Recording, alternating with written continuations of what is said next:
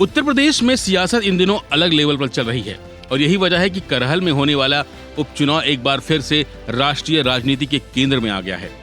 उत्तर प्रदेश के मैनपुरी जिले की करहल विधानसभा सीट राज्य की उन 10 विधानसभा सीटों में से एक है जहां अगले कुछ दिनों में उपचुनाव होने वाले हैं।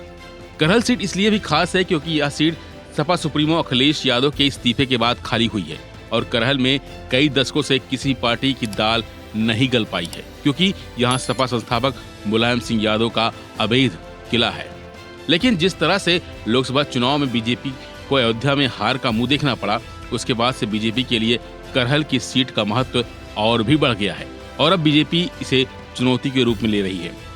अब हरियाणा जीत से उत्साहित सीएम योगी और बीजेपी दोनों इस सीट को लेकर प्लान तैयार कर लिया है।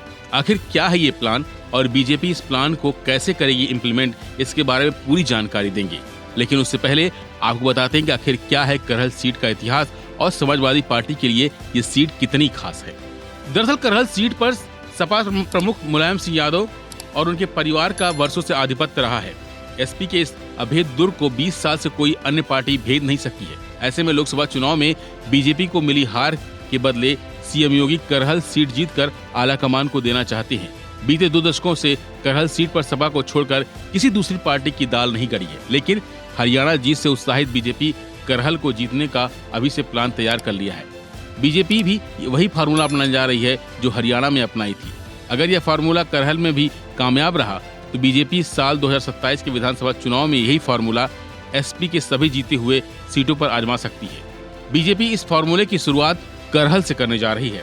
हालांकि इस बार करहल सीट पर परिवार का आधिपत्य स्थापित करने के लिए अखिलेश यादव ने अपने भतीजे और लालू यादव के दामाद तेज प्रताप यादव को मैदान में उतारा है। तेज प्रताप यादव समाजवादी पार्टी के संस्थापक मुलायम सिंह यादव के अपने सगे बड़े भाई के पोते हैं। साल 2022 के विधानसभा चुनाव में तेज प्रताप यादव पर ही अखिलेश यादव की चुनाव प्रचार की जिम्मेदारी की कमान थी। तेज प्रताप यादव करहल में ही कई दिनों तक कैंप करा करते थे, इसलिए माना जा रहा है कि अखिलेश यादव ने बड़ा दांव खेला है। एक ऐसे चेहरे को मैदान में उतारा है जो परिवार के साथ साथ स्थानीय लोगों में भी काफी घरेलू संबंध रखता है। वैसे बीजेपी करहल सीट को जीतने की बात कह रही है, लेकिन बीजेपी के लिए राह इतनी आसान नहीं है क्योंकि इस सीट पर तेज प्रताप यादव को हराने के लिए उन्हें उन्हीं के कद का एक कैंडिडेट उतारना होगा। वैसे आपकी जानकारी के लिए बता दें कि इस सीट पर 40% यादव और करीब 5% मुस्लिम वोटर हैं और इन्हीं के बल पर हर बार समाजवादी पार्टी जीत का स्वाद सकती है।